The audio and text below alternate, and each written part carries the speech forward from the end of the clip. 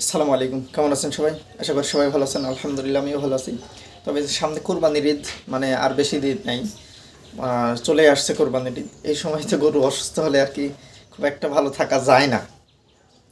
তবে এই যে একটা বিষয়, সেটা হচ্ছে গরু হচ্ছে পাতলা পায়খানা করলে, অর্থাৎ নরম পায়খানা করলে তোর শরীরে লাগে না।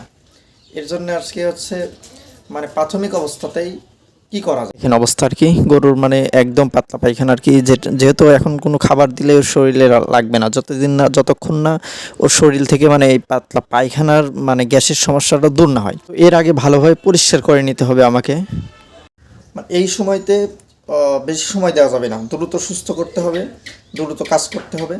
এমন ওষুধ যদি আপনার হাতের কাছে থাকে, মানে বাসায় আনা থাকে, তাহলে হচ্ছে সঙ্গে সঙ্গে দিয়ে দিবেন। আর এছাড়া আপনি যদি হচ্ছে মানে দেখা যাচ্ছে বাজারে যাইতে হবে, ফার্মেসিতে যাইতে হবে, ওষুধ কিনতে হবে, তারপরে খাওয়াইতে হবে, যদি এরকম হয়, তাহলে আপনার বাসায় থাকা অবস্থাতে যে কাজটা করবেন সেটা হচ্ছে পিপলটি গাছের পাতা নেবেন। পিপলটি গাছের পাতা নেওয়ার পরে এই যে দেখেন, আমি হচ্ছে পিপলটি গাছের পাতা নিছি, বেশ কিছু পাতা নিছি আর কি। পাতা নেওয়ার পরে এটা হচ্ছে খুব সুন্দর করে মানে রস করছি আর কি। এই রসটা খাওয়াই দিবেন। এই রসটা খাওয়াই দিলে কি হবে, আপনার হচ্ছে আপনি বাজারে যাইতে যাইতে দেখা যাচ্ছে ওর অর্ধেক মানে 60% কাজ হয়ে যাবে। এটা হচ্ছে 60% কাজ ওর খাওয়াই দিলে হয়ে যাবে।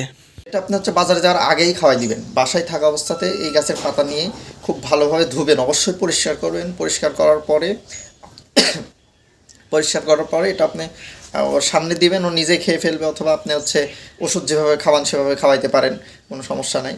তবে মোটামুটি 250 থেকে 500 মিলির মতো খাওয়াবেন।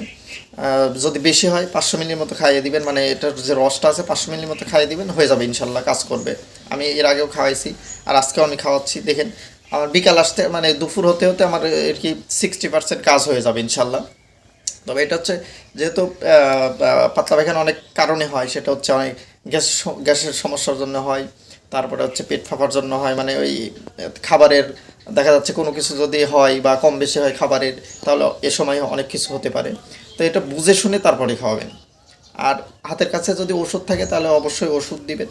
এছাড়া মানে আপনার ফার্মেসিতে যাইতে হবে, বাজারে যাইতে হবে, ওষুধ কিনতে হবে, এরকম যদি হয় তাহলে হচ্ছে আপনি এই পিপলটি গাছের পাতাটা খাওয়াইতে পারেন, দেখবেন ইনশাল্লাহ কাজ করবে। তো সামনে কোরবানি, সবাই দেখে শুনে থাকবেন আর দোয়া করবেন সবাই।